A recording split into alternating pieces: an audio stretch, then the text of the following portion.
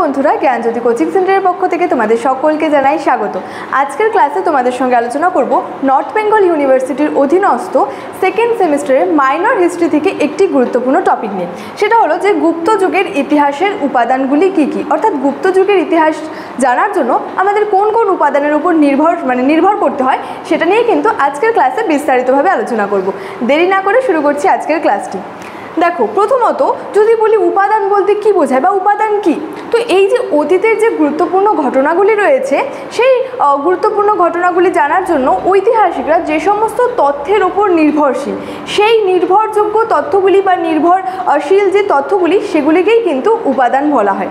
তো এই যে উপাদানগুলি রয়েছে সেগুলিকে কিন্তু যে দুটি ভাগে ভাগ করে কিন্তু আলোচনা করা যায়, একটি সাহিত্যিক উপাদান এবং আরেকটি হলো প্রত্নতাত্ত্বিক উপাদান।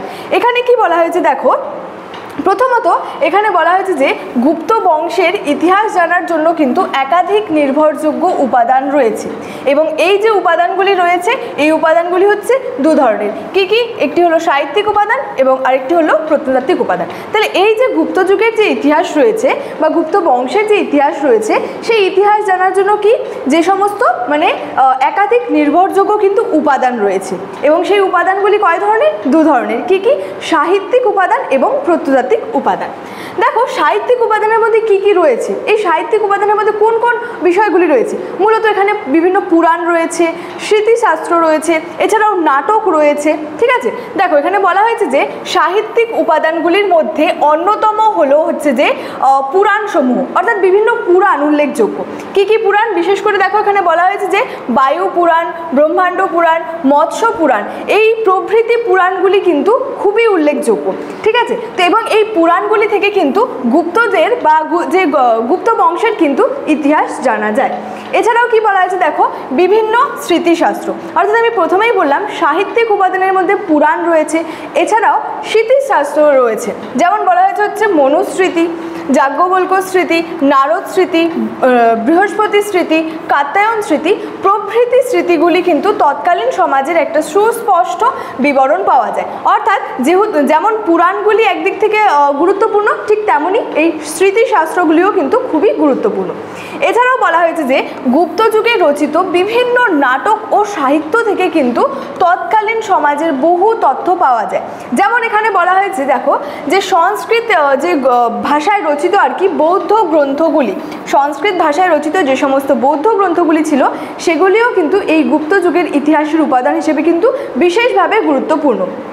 যেমন বলা হয়েছে যে আর্য মঞ্জুশ্রী মূলকল্প, এছাড়াও বজ্জিকা রচিত কৌমুদী মহোৎসব, বিশাখ দত্তের দেবী চন্দ্রগুপ্তম, এছাড়াও রয়েছে মুদ্রা রাক্ষস, কামন্দকের নীতিসার, এছাড়াও কালিদাসের বিভিন্ন নাটক রয়েছে।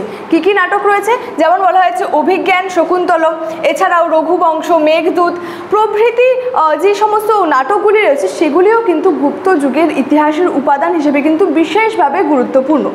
তো এই সমস্ত তথ্যগুলি কিন্তু সাহিত্যিক উপাদানের মধ্যে খুবই গুরুত্বপূর্ণ। এছাড়াও বলা যায় যে গুপ্ত যুগের যে ইতিহাস রয়েছে সেই ইতিহাস জানার জন্য কিন্তু একাধিক বা বলা যায় যে বহু কিন্তু প্রত্নতাত্ত্বিক উপাদানও রয়েছে। এবার এই প্রত্নতাত্ত্বিক উপাদানের মধ্যে কোন কোন বিষয়গুলি রয়েছে? মূলত এখানে বিভিন্ন লিপির কথা বলা যেতে পারে, এখানে মুদ্রার কথা বলা যেতে পারে। এছাড়াও দেখো বলা হয়েছে যে এই বিষয়ে সব থেকে বেশি গুরুত্বপূর্ণ হলো যে সমুদ্রগুপ্তের সভাকবি হরিসেন রচিত এলাহাবাদ প্রশস্তি। এই হরিসেন ছিলেন সমুদ্রগুপ্তের সভাকবি এবং তার রচিত এলাহাবাদ প্রশস্তি কিন্তু এই প্রত্নতাত্ত্বিক উপাদানের মধ্যে কিন্তু বিশেষভাবে কিন্তু গুরুত্বপূর্ণ। এছাড়াও রয়েছে হচ্ছে যে মথুরা ভিটারি সাঁচির শিলালিপি, এছাড়াও উদয়গিরি গুহালিপি থেকে কিন্তু গুপ্ত যুগের বহু তথ্য সম্পর্কে কিন্তু জানা সম্ভবপর হয়ে থাকে। এছাড়াও বলা যায় যে গুপ্ত যুগে প্রাপ্ত বিভিন্ন ধরনের যে সমস্ত স্বর্ণ মুদ্রা ছিল, অর্থাৎ যে সমস্ত মুদ্রাগুলি ছিল এবং যে তাম্রশাসন থেকে কিন্তু গুপ্তদের ইতিহাস কিন্তু জানা যায়। তাহলে এই যে গুপ্ত যুগের ইতিহাস রয়েছে এই গুপ্ত যুগের ইতিহাস জানতে কিন্তু আমাদেরকে যেমন সাহিত্যিক উপাদানগুলি সাহায্য করে থাকে, ঠিক তেমনই কিন্তু এই প্রত্নতাত্ত্বিক উপাদানগুলিও কিন্তু বিভিন্নভাবে সাহায্য করে থাকে। যেমন প্রত্নতাত্ত্বিক উপাদানের মধ্যে রয়েছে সমুদ্রগুপ্তের সভাকবি হরিসেন রচিত এলাহাবাদ প্রশস্তি, এছাড়াও বিভিন্ন লিপি মথুরা লিপি, ভিটারি লিপি, উদয়গিরি গুহালিপি, লিপিগুলিও বিভিন্নভাবে সাহায্য করে থাকে। এছাড়াও যে গুপ্ত যুগে যে সমস্ত প্রাপ্ত যে স্বর্ণ মুদ্রাগুলি ছিল এবং সেখানে যে তাম্র শাসন ছিল সেগুলি থেকেও কিন্তু গুপ্ত যুগের ইতিহাস জানা সম্ভবপর হয়। এছাড়াও আরেকটি গুরুত্বপূর্ণ উপাদান রয়েছে হচ্ছে ফা হিয়েনের বিবরণ। তো গুপ্ত যুগের ইতিহাস জানার ক্ষেত্রে এক অমূল্য সম্পদ কিন্তু এই ফা হিয়েনের বিবরণ। এবার এই ফা হিয়েন কে ছিলেন? তো এই ফা হিয়েন ছিলেন মূলত চীনা পর্যটক, যিনি কি যে গুপ্ত সম্রাট যে ছিলেন দ্বিতীয় চন্দ্রগুপ্ত, তার রাজত্বকালে তিনি কিন্তু এই ফা হিয়েন কিন্তু ভারতে এসেছিলেন। তো ফা হিয়েনের যে বিবরণ রয়েছে সেই বিবরণও কিন্তু গুপ্তদের বা গুপ্ত যুগের ইতিহাস জানার কিন্তু এক অমূল্য সম্পদ। তাহলে আজকে আমার টপিকটির বিষয় ছিল যে গুপ্ত যুগের ইতিহাসের উপাদান। তাহলে গুপ্ত যুগের ইতিহাস জানার ক্ষেত্রে কিন্তু একাধিক নির্ভরযোগ্য উপাদান রয়েছে এবং সেই উপাদানগুলি দুই ধরনের, একটা সাহিত্যিক উপাদান এবং আরেকটা হলো প্রত্নতাত্ত্বিক উপাদান। তো সাহিত্যিক উপাদানের মধ্যে কী কী বিষয়গুলি রয়েছে সেগুলো নিয়েও বললাম এবং প্রত্নতাত্ত্বিক উপাদানের মধ্যে কোন কোন উপাদানগুলি রয়েছে সেগুলি নিয়েই কিন্তু আজকের ক্লাসে আলোচনা করলাম।